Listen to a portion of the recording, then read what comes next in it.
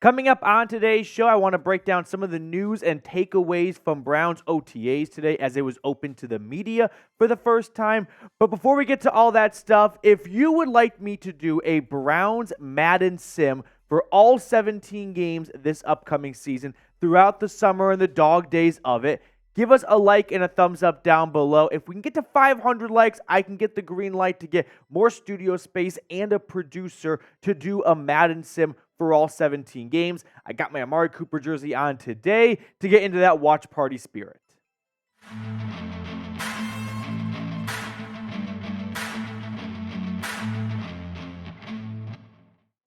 Let's get right into all of the nuggets that came out of OTAs today. The second edition of organized team activities for the Browns, but the first one that was open to the media, as the media will have access to it every single Wednesday throughout the month of May, before mandatory minicamp in June.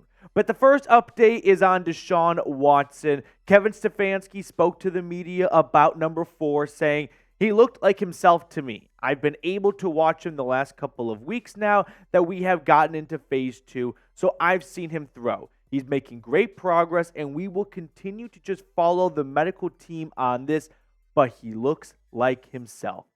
Every day it feels like we're getting more encouraging news and updates on Deshaun Watson. Now, he did not throw today at OTAs. He threw yesterday, Tuesday, but that was not open to the media, so all we got were like a few little videos and glimpses from the team's social media account. But Watson's plan has him throwing every other day. Nyheim Hines, he spoke to the media. He said that he's been working out with Watson in Los Angeles so far this offseason, and Watson's pass and throws have, quote, zip on them. Now, he still took first-team reps at OTAs today, which is a little strange, or maybe not strange, but unusual. So he was like the quarterback, and he took the snap, but just never threw the ball, actually. So he would go through the entire play up until the point where he releases the football. In fact, there were moments where he was going through the motion of passing, but just didn't have a ball in his hands and never actually threw the football. But still, a lot of the reports coming out from Berea, boots on the ground, people close to Watson and the Browns saying he looks great, he looks like himself, and that's very encouraging to see and hear because, remember, Watson suffered a very unique injury to an NFL quarterback, breaking a small bone in his shoulder. That's not something that quarterbacks have happen often to them. So it's not like Watson could reach out to a couple other guys that had a similar injury and ask, hey, how did you overcome this? What did you do in your rehab to get back to where you were beforehand? So there was probably some, high-level nerves going on when this injury happened back in November, but fast forward to present day mid-May right now, and Watson is very much on track, of course, to open up the season as the starter, but also be ready to roll for the first day of training camp if everything continues to progress nicely. So, Spark Notes, short version is Deshaun Watson looks like himself.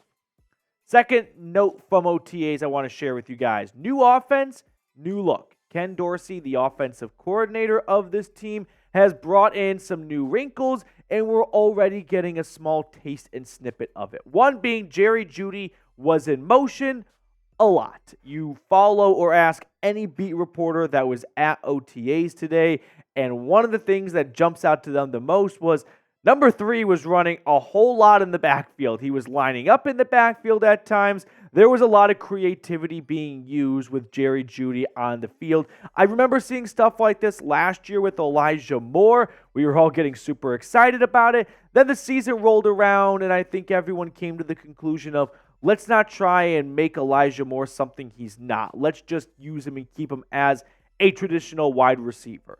But Ken Dorsey, who was hired to be the offensive coordinator to replace Alex Van Pelt, is expected to bring in a lot of staples of a Ken Dorsey offense, and that tends to include a lot of shotgun and a lot of run-pass option, and some motion along with it. In fact, I want to share with you guys the 2023 percentages and tendencies of going in shotgun and using some motion in the pre-snap process. So the Browns last year were in shotgun 63% of the time. The Bills, which keep in mind Dorsey wasn't the OC for the entire year, but for much of it, they were in shotgun 72% of the time. So a pretty significant jump of 9 points. The snap motion, very similar. The Browns going in motion 12% for comparison. That ranked in the NFL 31st, only ahead of the Philadelphia Eagles, where the Bills were in motion 13.4% of the time, which ranked 27th. So I don't want you guys to fall trap to, oh, they're going to be in motion way more now under Ken Dorsey. Maybe more than they were before, and maybe Ken Dorsey is evolving as an offensive coordinator, and the league in general is evolving to use much more pre-snap motion than even like 10 years ago. But Ken Dorsey, he's no puppet offensive coordinator. Like Alex Van Pelt was there to reinforce Kevin Stefanski's offense.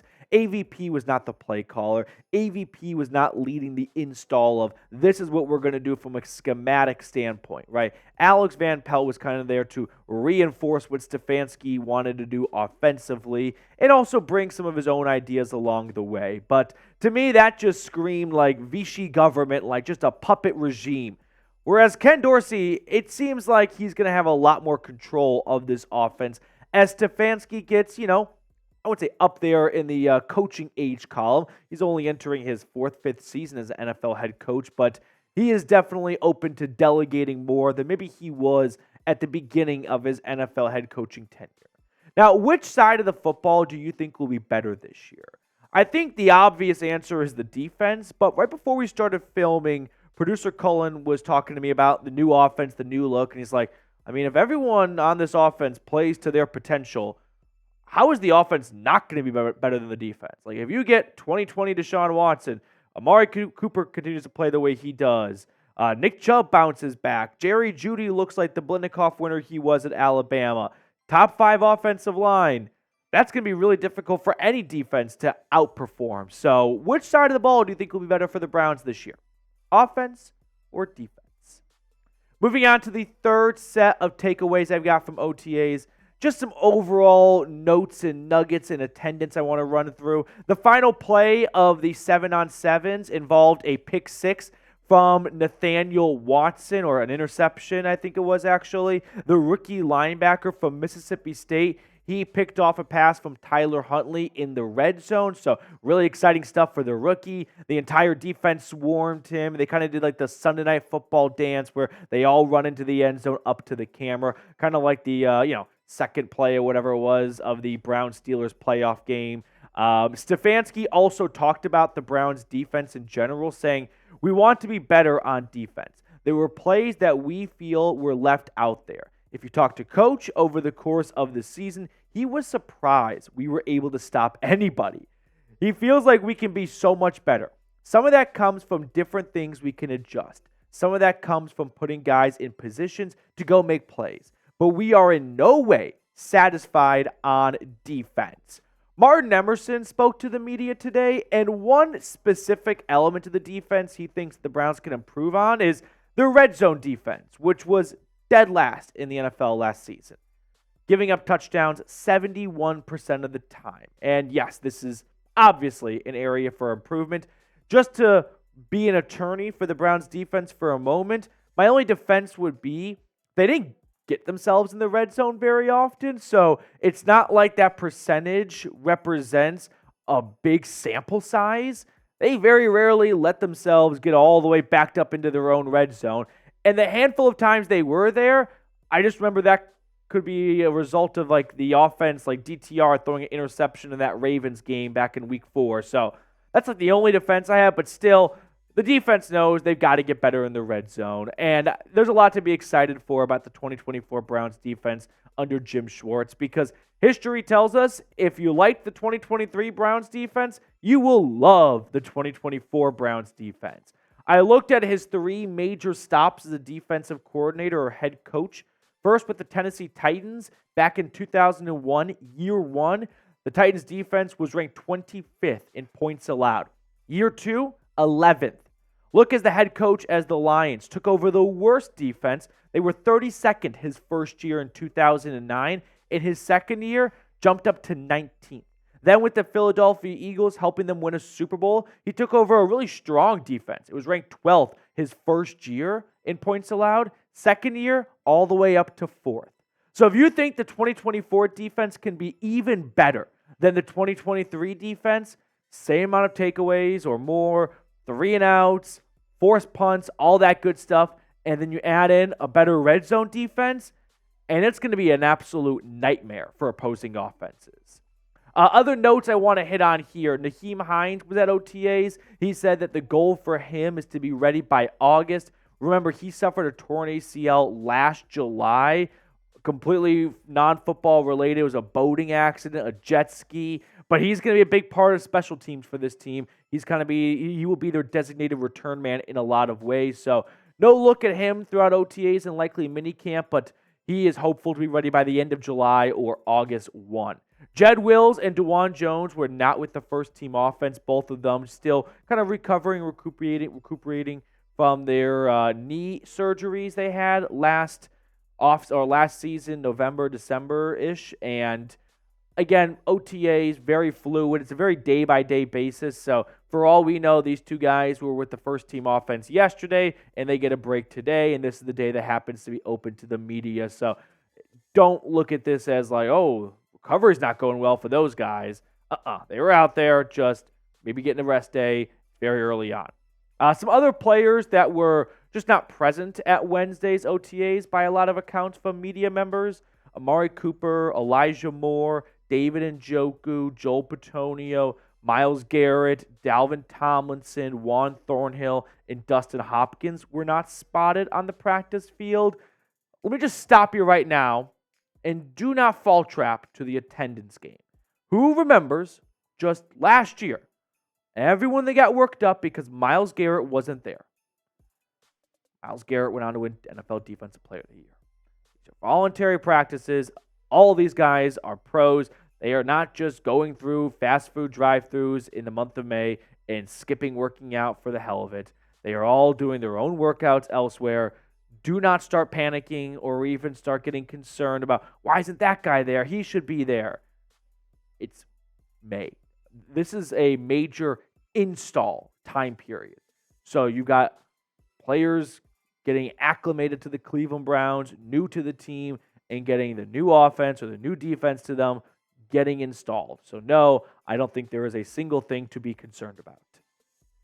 I don't know if this happens to you like it happens to me, but I always feel like whenever I get a first look at a team in OTAs, minicamp, and into training camp, it's a while to remember who wears what number. So if you're in that same bucket, I'll help you out. Tyler Huntley wearing number 2, Jerry Jeudy number 3, Jameis Winston wearing number 5. Expect to see a lot of Huntley and Winston as DTR and Watson are both still rehabbing. Grant Delpit changed his number to 9. Rodney McLeod changed his number to 12. D'Onta Formean, who will be competing with Jerome Ford for that kind of starting job until Nick Chubb returns, 21. Nyheim Hines is 22. Devin Bush and Jordan Hicks, currently slated to be the 2 starting linebackers, replacing Anthony Walker and Sion Takitaki with their respective numbers. And then Quinton Jefferson coming in on the defensive line wearing 72. And on top of that, you got 6 rookies out there as well, along with several UDFAs and whatnot. So a lot of new names, a lot of new faces, a lot of new numbers. So in case you need some help learning all the new numbers, being like, whoa, who made that great play? Who's number 3? Oh, that's Jerry Jeudy. He wore 10 in Denver, but I guess he's wearing 3 in Cleveland. Like, that's what my job is here for. Another little tidbit I wanted to pass along. I saw this photo tweeted out from The Athletic's Zach Jackson. It's the Browns just stretching, getting ready for the OTA session. But more importantly, if you look a little bit closer in the background, you can see the construction underway for the new weight room. Remember, when COVID happened, the Browns moved their weight room inside to the Browns indoor practice facility and kind of chopped off about 15, 20 yards of that practice facility and just had that all the way in the end zone. So the Browns heard the players' complaints about this, and they are now building a new weight room facility. So they've been doing a lot of construction actually throughout the entire offseason. So if you're someone that frequents training camp come August, I'm sure you'll be a little surprised to see how different everything looks as they continue to get construction underway. Before we get on out of here, I want to bring up an oldie but a goodie since we picked up so many new subscribers since the last time I asked this question. Who was the Browns quarterback when you first became a fan? Every single chat sports channel likes to ask this question from time to time again. Not as fun of a question if it's like a Packers channel because there's only like 2 or 3 options. But for the Browns, there's a lot of options. So let me know who that quarterback was in the comment section below. All right, let's bring on Cullen Brown. Everyone clap it up for Cullen. He's got a meeting right now in live time that I'm keeping late for. So everyone show Cullen some love for getting this video out. ASAP Rocky with me. Which card do you want to go with? I'm going to do the 3 of clubs today. 3 of clubs. He is not happy with me.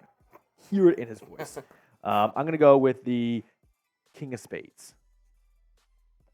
4 of diamonds.